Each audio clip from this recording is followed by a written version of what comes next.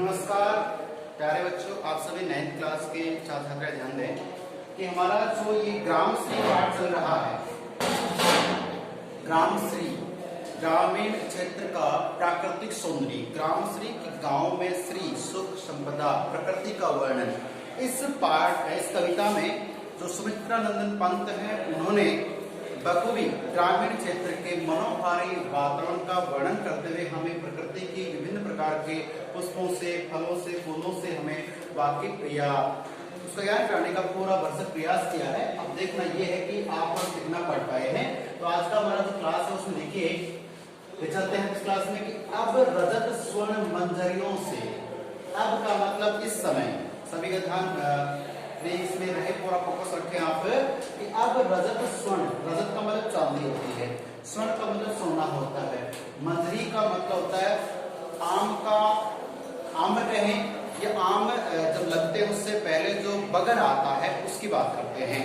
तो बात कह रहे हैं यहाँ पे सुमित्रानंद पंत बताते हैं कि अब जो ग्रामीण क्षेत्र का प्राकृतिक मनोहारी वातावरण, प्रकृति जो इतनी सुषमामयी, इतनी सुंदर लग रही है, उसमें क्या बता रहे हैं कि जो आम के पेड़ होते हैं उन पे क्या होता है, रजत यानी चांदी की तरह, स्वर्ण का मतलब सोने की तरह, मंजरियों, मंजरियों का मतलब आप उसमें लेंगे आम्र से लग गई आम्र तरों की डाली। आम्र का मतलब यहाँ पे आम का पेड़ है, यहाँ मंजरियों से मतलब है बगर होता है। वैसे बगर आप तो नहीं समझ सकते, लेकिन जो हमारे माता पिता हैं, बड़े बूढ़े, वो समझ सकते हैं कि कोई भी फल लगने से पहले पेड़ पर एक फाल आता है, एक विशेष प्रकार के पुष्प छोटे छोटे दाने से खिलते हैं, फिर चाहे वो बबूल का पेड़ हो, आम का हो, किसी भी प्रकार, जैसे मानो सरसों का पौधा देखा होगा अपने सबने, तो सरसों की जो फलियां लगेंगी उससे पहले पीले पीले पुष्प आते हैं।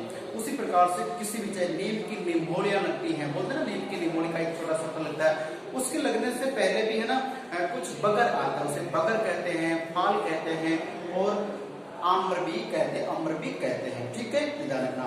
और आपके शरीर पे भी आता है, बुखार आने से पहले थकान हो जाती है, शरीर हल्का हल्का लगने लग जाता है, इसका मतलब कोई बड़ी चीज आने से पहले आपको अंदेशा हो जाता है।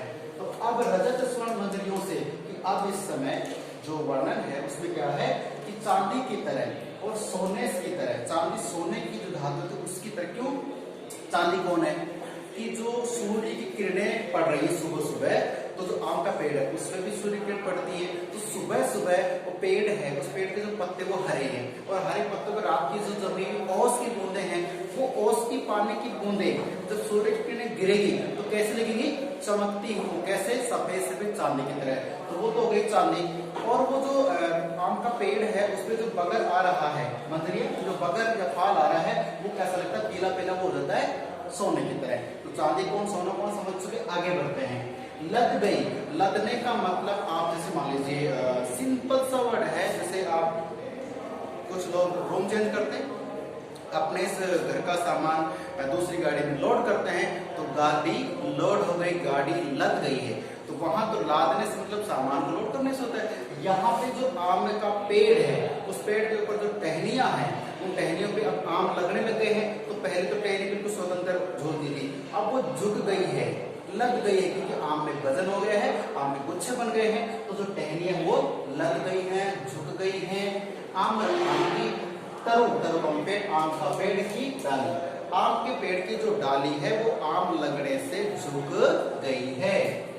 झर रहे धाक, अब देखिए ये कॉम्बिनेशन बता रहे हैं, ऐसा नहीं कि हमारे जो पंत महोदय हैं सुमित्रा नंदन एक जगह नहीं, वो पूरे ग्रामीण क्षेत्र में जो फल फूल पेड़ पौधे होते सबका वर्णन करें कुछ जोड़ के, कि आप देखिए कितना मनोहारी वातावरण है। एक तरफ आम के पेड़ पे चांदी जैसा प्रकाश दिख रहा है, और उसका बगर जो सोने की तरह दिख रहा है, और अब उस पे आम लगे तो पेड़ की टहनी झुक गई है।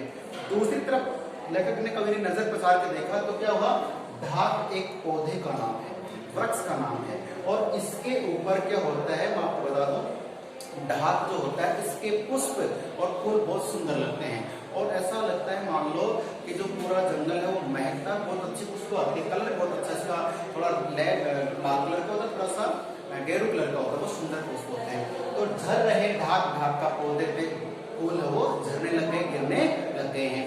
आम पकेंगे तो इसके जो पहले जो फूल आए, जो पौधे पे पत्ते थे, फूल थे, तो इसके तो आम पहले बगर आया, फिर आम लगे, फिर आम पूरे पक गए हैं, तो इधर आम पकेंगे, इधर ढाक के पौधे से उस पे पत्ते झड़ने लग जाएंगे।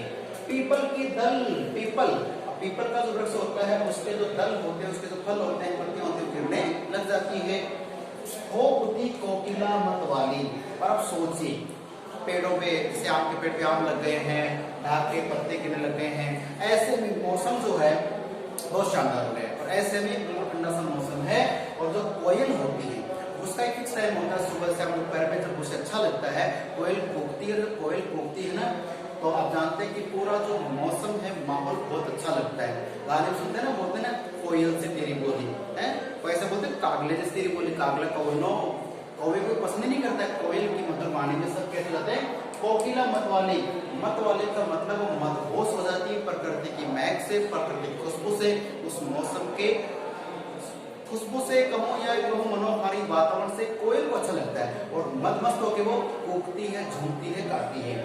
अब आगे देखिए, महके कटहल, कटहल सब्जी की बात कर रहे हैं। बहुत अच्छी बनती सब्जी आप बना के देखना, लेकिन उसमें मेहनत बहुत लगती है। पहले तो उसके लेके आते हैं, फिर उसको काटना महाभारत है, या तो चाकू पे नींबू लगाना पड़ता है या फिर तेल लगाना पड़ता है, तभी आप कटहल को काट सकते हैं। कुछ का छिलका उतारना तो बहुत रिस्की है। तो सोचो, जो मम्मियाँ आपको कटहल की सब्जी खिलाती हैं, उन्हें कितना रिस्की काम करना पड़ता है। मतलब एक लकड़ी काट सकते हैं, लेकिन कटहल काटना रिस्की है। तो कटहल जो है वो सब्जी बहुत स्वादिष्ट लगती है, और काफी जो पानी वाला क्षेत्र होता है, जैसे झालावाड़, बूंदी, कोटा, उधर बहुत ज्यादा होती है।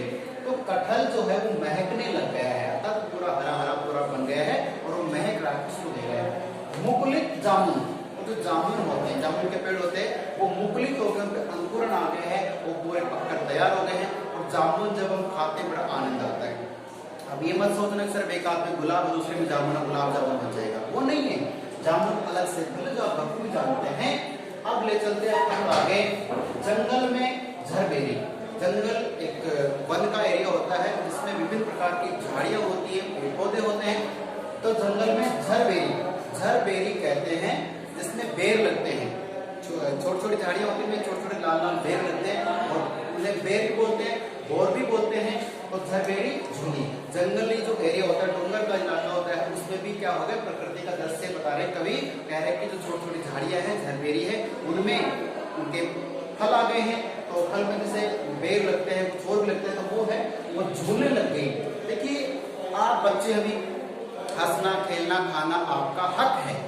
फिर आप फिर बड़े होंगे, फिर 10वीं 12वीं में आएंगे तो आप पे प्रेशर आएगा बोर्ड का, फिर आगे बढ़ेंगे तो आप पे प्रेशर रहेगा नौकरी का, फिर बड़े होंगे तो आप पे प्रेशर रहेगा कि शादी विवाह का, फिर आप बड़े होंगे तो प्रेशर होगा आपके घर परिवार में बच्चों का पेट पालने का, और उस समय तक आपका जो बचपना, दादागिरी सब निकल जाती है, और जिम्मेदारियों का बोझ पड़ जाता है। उसी प्रकार से ये जो पेड़ पौधे होते हैं, पहले खिलते हैं, लहलाते हैं, इधर इधर उधर, फिर पे बगर आता है, जिम्मेदार हो जाते हैं, फिर जब फल फूल लगते हैं तो बेचारे पहले नहीं होते, फिर झुक जाते हैं। तो ये सबके साथ है, हमें प्रकृति से सीखना है कि जिस पौधे पे बगर आ जाता है, फल लग जाते हैं, वो समझदार, बड़ा और परिपक्व पौधा हो जाता है। उसी प्रकार जैसे मनुष्य, जैसे शादी विवाह हो जाते हैं, जिम्मेदारी आ जाती है, फिर वो समझने लग जाता है, समझदार हो जाता है। उसी प्रकार से बात करें कि ये झूली जो जंगल में झरबेरी है वो झूलने लग गई है। ठीक है, आगे फूले आड़ू, आड़ू एक जामुन की तरह ही